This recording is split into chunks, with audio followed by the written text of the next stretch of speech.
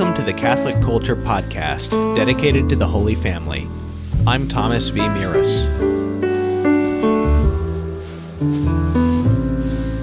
Today I'm speaking with pro-life activist and former Planned Parenthood director Abby Johnson about the new film based on her memoir, Unplanned.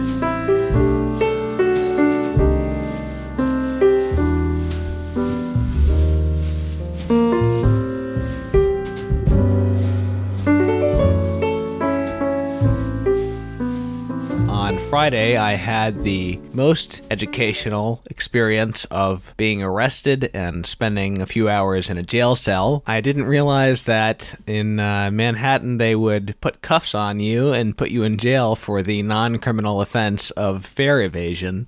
But there you go. I was on my way to Mass. I was running a little bit late because I had just finished interviewing Carrie Gress for a future episode, and I got on the bus, and it was too crowded to get on through the front, so I got on through one of the back doors and did not go to the front to use my MTA card. But before the bus left, the doors reopened, and there were two Latina lady cops standing outside, and they beckoned me to come off, and I thought, oh crud, I'm going to get a fine.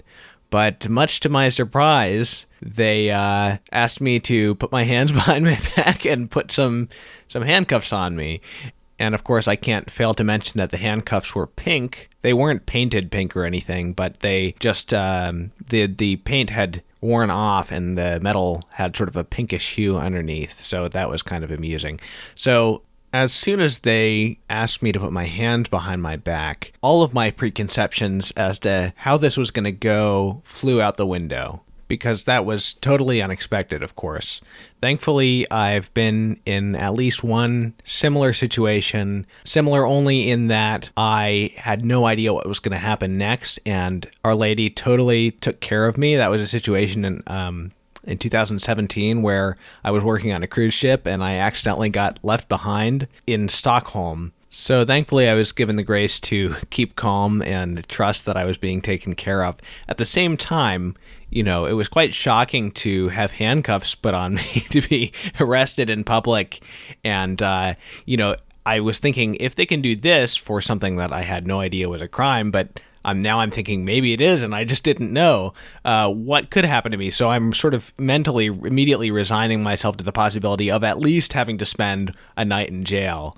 And at worst, I'm thinking, oh, I committed a crime. I must have committed a crime, otherwise they wouldn't be handcuffing me. So now I'm a criminal, and I'm going to have a criminal record.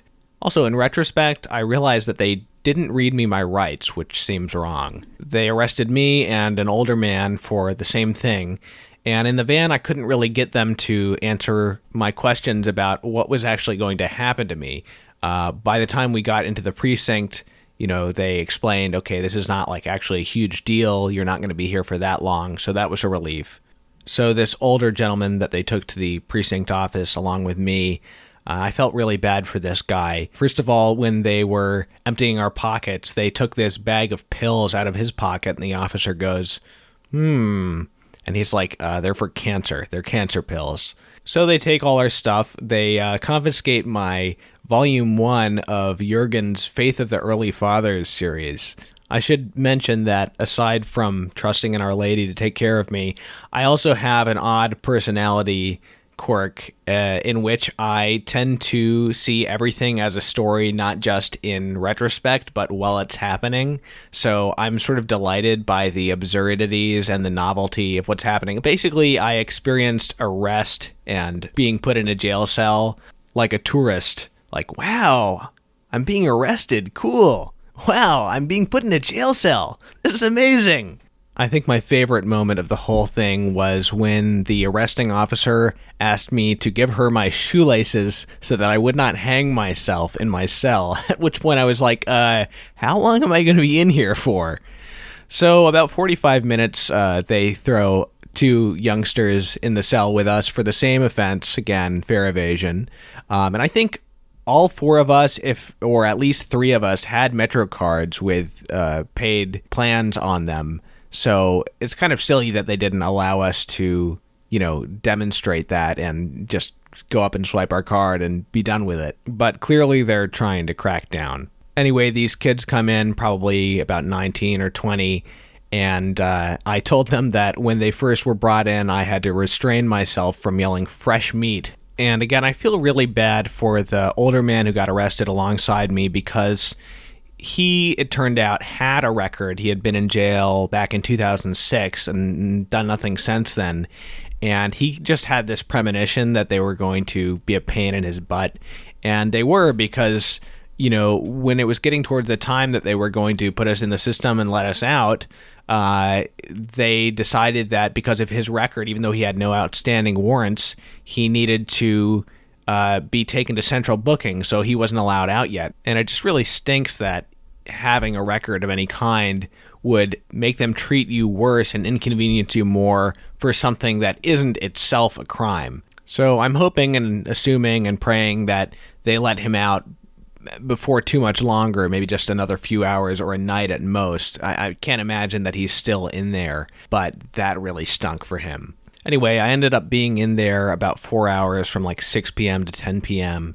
And honestly, it was a great opportunity to meditate on the events of Holy Week, especially Christ's arrest, mainly with regard to the differences between me and Christ. For example, he was meek and mild because he wanted to allow them to abuse him, whereas I was meek and mild and polite with the officers because I didn't want to provoke abuse. So that was edifying in that respect. But the whole thing was very bizarre and honestly seems kind of like a dream to me now, even just a few days later.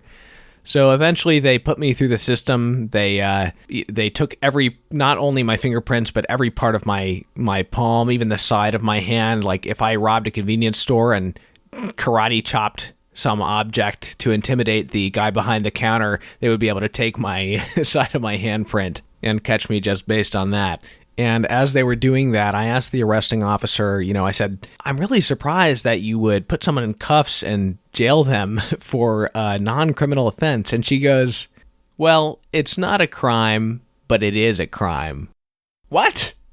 Anyway, it doesn't look like there's anything permanent on my record. I did receive a court summons, and they said that if I don't show up, they will issue a warrant for my arrest. But they did say, thankfully, that I probably won't be prosecuted because it's my first offense. In fact, I found out that the DA in Manhattan last year announced that he would stop criminally prosecuting fare evasion, which I think is a misdemeanor. So I'm thankful to Providence in terms of that this didn't happen to me back before they stopped prosecuting this. So anyway, that was my Friday evening.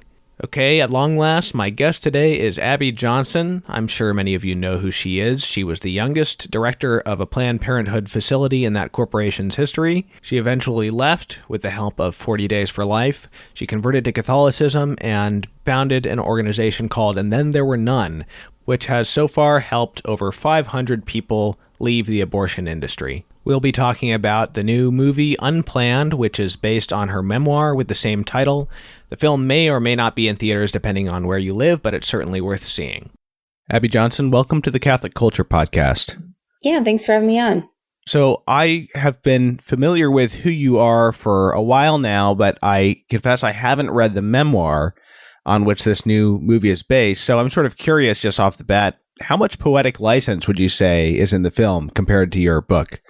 Not very much. They had to condense the timeline down a little bit just to get, 10 years of a story into an hour and a half. But I was very involved with production, screenplay writing, all of that. So, we wanted to make sure that it wasn't just a film that was inspired by a true story, but that it actually was my true story. Right. So did they come to you initially, or how did that start out? Yeah, they did. About 5 years ago, I got a message from the directors and writers just asking me if this was something I would ever consider. And I had never considered it at that time, but they came down to our home in Austin and we started talking with them, and I felt really comfortable moving forward with them. And so that was when we went ahead and signed the deal and made the decision to go forward with the film. So I'm sure that you're getting a lot of standard questions in interviews hitting sort of the major parts of the film. So I think today I'll ask the questions about the moments in the film that specifically intrigued me. Now, one of the things I was wondering about, and again, I apologize if this is explained in your book, okay, but one of the major scenes in the film is the experience that you had. I guess it was with your second abortion. It was with a pill they had given you, and it was just awful, and you were bleeding out. You almost died. It's a very intense scene. And then soon after that, you went back. You had already, if I understand the timeline correctly, you had already worked for them as an intern, essentially, correct? Yeah, like a volunteer, yeah. So I'm curious about what was it psychologically that had you going back there after that experience? Did you feel sort of betrayed at the time? And was there sort of like, I don't know, not Stockholm syndrome, but just was there a sense of like, I've had this horrible experience and now I have to like double down on it or something like that? I'm just sort of curious about what was going on psychologically, because it was surprising to see you walk back in there to go back to work after that. You know what I mean? Yeah. I mean, I guess it took me 8 weeks to really recover from that medication abortion experience. And by the end of that 8 weeks, I mean, in the beginning, yeah, I felt very betrayed. Like, why didn't you guys tell me that this was a possibility? They were pretty, I don't know, I would say cold toward me when I called in and said, look, is this normal? What's going on? But after that 8 weeks time, it sort of became like, well, I did this to myself and, I should have read the consent better. I should have done better research. I mean, it sort of turns into like self-loathing, I think, after a while. That it's like, well, it's my responsibility to look things up and to make sure. And, at least I'm not pregnant anymore. So, the abortion did its job. So I think that was sort of what I was feeling by the end of that 8 weeks. And there was a part of me that was also like, well, maybe I can go back and help advocate for women not to choose medication abortion and to just have the surgical abortion, which is then what I did. So it sort of became a joke in the clinic, like, oh, don't give the medication abortion patients to Abby because she'll turn them all into surgical patients. And that was not the ideal, because we could do medication abortion every day of the week because we didn't have to have a doctor there. And so it was like, don't give her those, then they won't be able to get their abortion. They'll have to come back for a surgical. So, yeah, I mean, I don't know, I guess it's hard to sort of explain or make sense of, but yeah, I think it just sort of became like it was my fault and at least I'm not pregnant. Yeah, it's very interesting. I mean, that's what I'm sort of trying to hone in on here, is these little nuances of the spirit and psychology that, allow these decisions to happen, because that's what I'm sort of, some of the aspects of the film that I found most interesting. The big scene that everybody's talking about is the scene that is shown at the beginning of the movie in sort of a flash forward. And it's the scene where you witness your first abortion on ultrasound. Well, I guess the only one that you witnessed on ultrasound. And you see the baby trying to evade the abortion, essentially. And that's what does it for you. That was what got you to leave. There's a scene earlier in the movie that I'm really curious about. And it's the scene where you get your promotion and your boss takes you into what's called the POC room. And that stands for products of conception, but your coworker jokes that it stands for pieces of children. And can you explain what this room is exactly? Yeah, so it's after every abortion, everything that's suctioned out of the uterus has to be examined. And the purpose of that is to ensure that everything has been removed.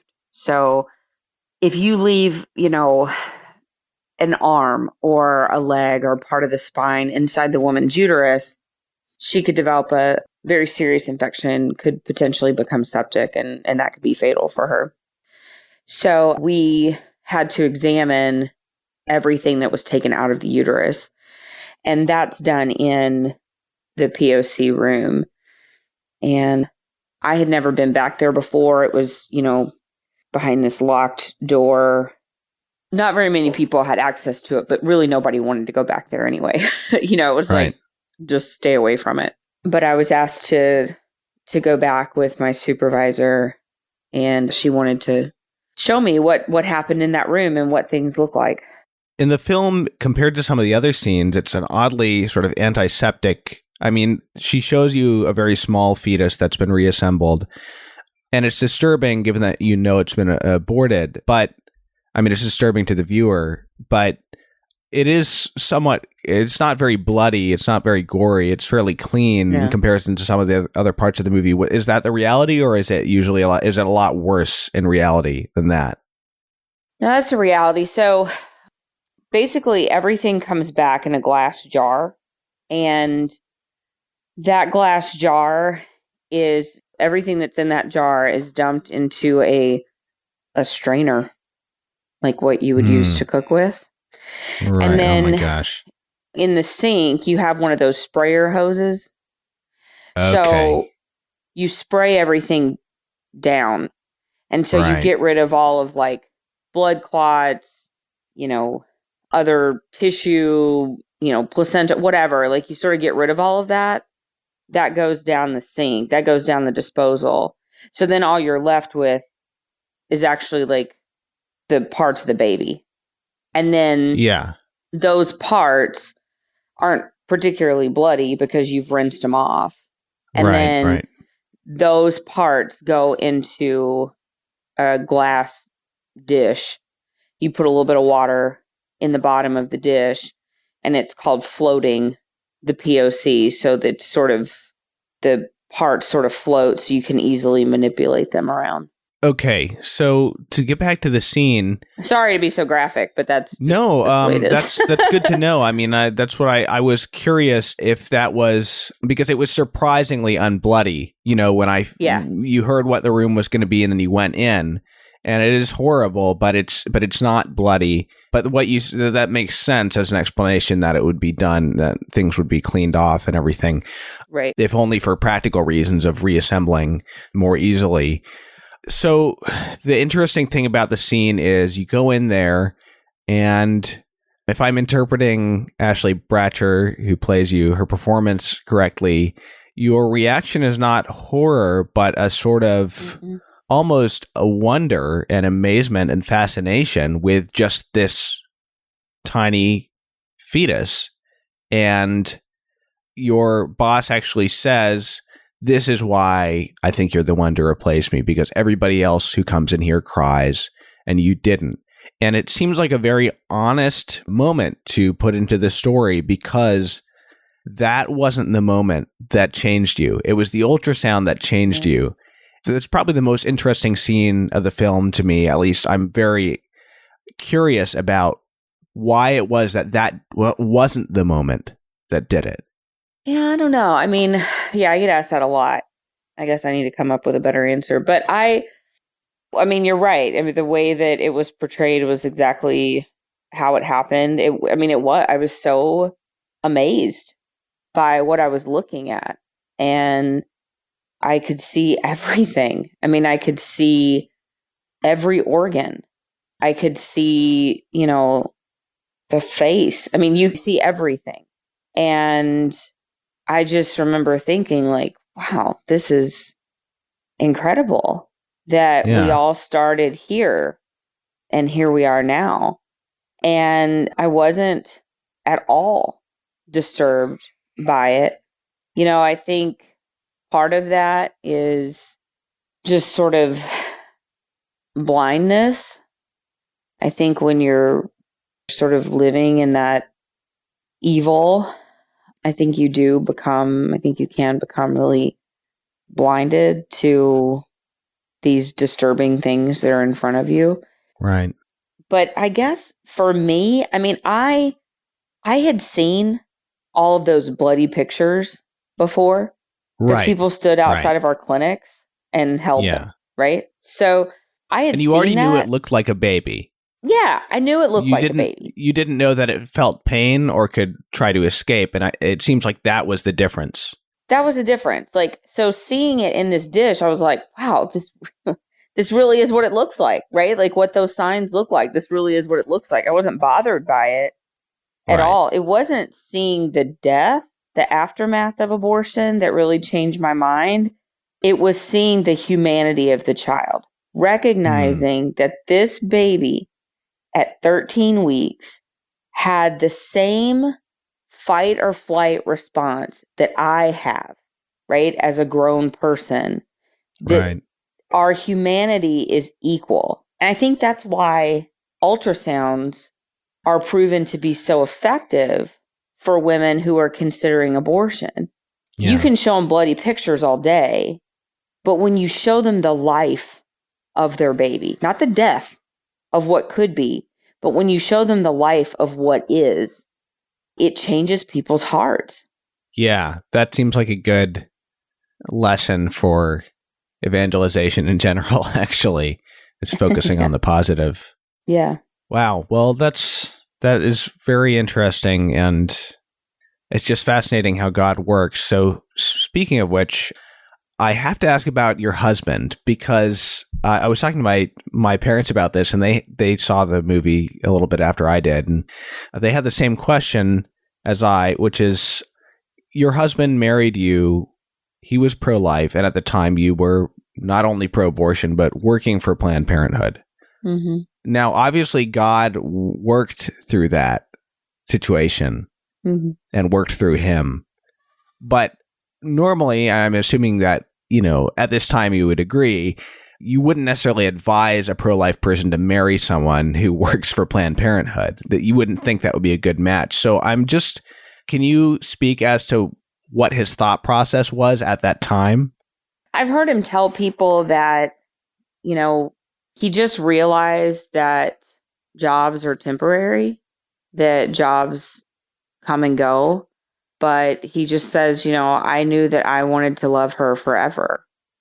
And regardless of where she worked or her political leanings, or it wasn't just abortion that we disagreed on. I mean, we disagreed on just about everything. Oh, I see. Politically. So, he said, I don't know. I guess you just get to a point where we had been friends for a long time before we started dating, and you fall in love with someone, and I don't know, I guess just political persuasion isn't enough to make you fall out of love with someone. And he knew that he wanted to love me for the rest of my life, that love was going to be unconditional. And I mean, he's shown me that, throughout the past 14 years of our marriage. That's beautiful. And I guess he wasn't assuming at the time, like you said, that, it was going to be a career. As you said, he thought I think of it there as was always, a job. there was always hope, right? There was always hope that I would leave. And, he was praying that I would leave. My parents were praying that I would leave, other people in my family. So I think there was that hope there that, this won't be forever, that she will wake up and realize that what she's doing is wrong. And they were really as patient as they were in the film. They really were. Yeah, they really were. And I was so thankful for that, because there were so many times of frustration by my husband and, my parents, but they never, particularly my parents, I mean, they just never nagged me about it, or I knew where they stood. They knew what I believed. And it was difficult for them because my parents are the ones who, they really taught me my work ethic, and they see their daughter succeeding in not this like mom and pop shop, but in this huge corporation, right? Like $1 billion organization. And so I think it was a struggle for them, because a part of them was very proud of the hard work that I was putting in and this work ethic that they had instilled in me, but they hated what I was doing. And so it was one of those things where you feel conflicted, like, we're proud of you, but we hate your job. You know, I mean, it was sort of, I think that was difficult for them. Wow. Another interesting scene in the film, and in that it's just so true to how we can all deceive ourselves in various ways, is when you are offered this promotion, you're talking to your husband about it, and you say, you know what, I'm going to pray. I'm praying that if God doesn't want me to have this job, I won't get it. And then I'll know that it's not his will. And of course, you've already actively applied and worked for the job. So it's almost like you're asking God to coerce your free will and take away your choice in the matter, which is something that, of course, we do all the time. Yeah, of course, right? It's like testing God, which we know we shouldn't do, you know? Yeah. You know, though, I hear that a lot from people. Actually, I just got an email from a woman who was like, you know, I put in an application to go work for this like IVF clinic. And she said, you know, I feel really conflicted about it, but I figure if God doesn't want me to have the job, he won't give it to me.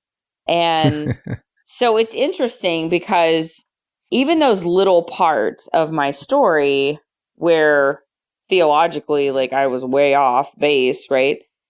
Like, he's still using even those little parts of my story so that I can talk to other people about them. Sure. And I think we have sort of a misunderstanding of God's will and free will. And, you know, I certainly had that misunderstanding. I wanted to have that misunderstanding, right? It was sort of like willful, like, well, he's God. If he wants to do it, he can do it, you know, because I think everybody has a desire to be walking in God's will. Yeah. So you try to convince yourself, no, I am walking in God's will. Look, he allowed me to have this job. Right. And I think that's a misunderstanding for a lot of people. I get messages from people, or people will say, well, Abby, God wanted you there so that you could experience this and share. And I'm like, no. God never wants us to cooperate with evil. He never wanted me working in the abortion clinic. That was never part of his plan. That was my plan.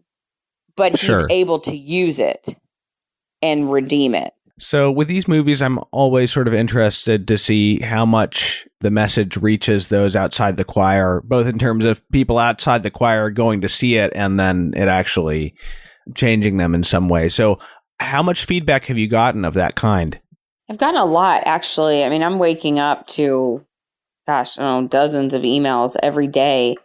People telling me that they, you know, walked into the film pro-choice, walked out pro-life. I mean, they went in to go watch it like as a critic, you know, or like just to be able to tell people how horrible it is. And they walked out pro-life. And we're getting more and more confirmations every day of women who were considering abortion, but went to go see the film and ended up deciding against abortion and choosing life. So, I mean, that's why we did the whole thing. You know, that's why we did it, was to help facilitate those types of conversion experiences. Well, that's great to hear. It's interesting. At least you're getting some coverage in the mainstream, whether, you know, for better or for worse. Yeah. Which is more than could be said for Gosnell. I haven't checked up. I think a couple days after the movie came out in theaters, I was reading some of the reviews, and they weren't positive. But have you had any good notes in the mainstream since then? As far as reviews go, I mean, not really. I mean, most of the reviews coming in are for, you know, positive reviews are coming in from more conservative media. Sure. You know, ABC ran a great story on the film. But I mean, honestly, we don't really care if it's, I mean, if it's negative, that's fine. I mean, we're willing to take whatever we can get. You know, they say any PR is good PR. So, you know, we're happy to take the good with the bad. I think I agree with it, especially in, you know, for a film that wouldn't be about a divisive cultural issue, a bad review might just be straightforwardly bad, right? But in this case, somebody who disagrees with you might read a terrible review in the New York Times or whatever and still think, well, you know, I'm sort of curious because I do know that the New York Times is not going to be ideologically, geared to like this movie. So I can see people still being curious just by the fact of the reviews being so negative, even if they disagreed with you on the abortion issue. Some more inquisitive minds might be interested in seeing for themselves. Yeah, I mean, the more PR we've gotten, the better our numbers have been. So even if it's negative, I mean, people I think are just genuinely just curious by nature.